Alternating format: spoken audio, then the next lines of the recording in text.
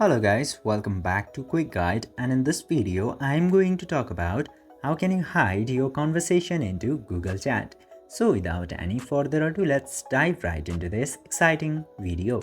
Now, in order to hide your conversation into Google Chat, you just simply have to open the chat application, and after opening the chat application, you can see your homepage.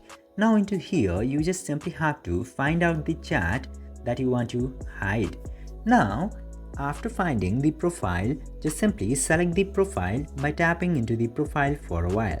And after selecting the profile, you will get the option of hide conversation directly.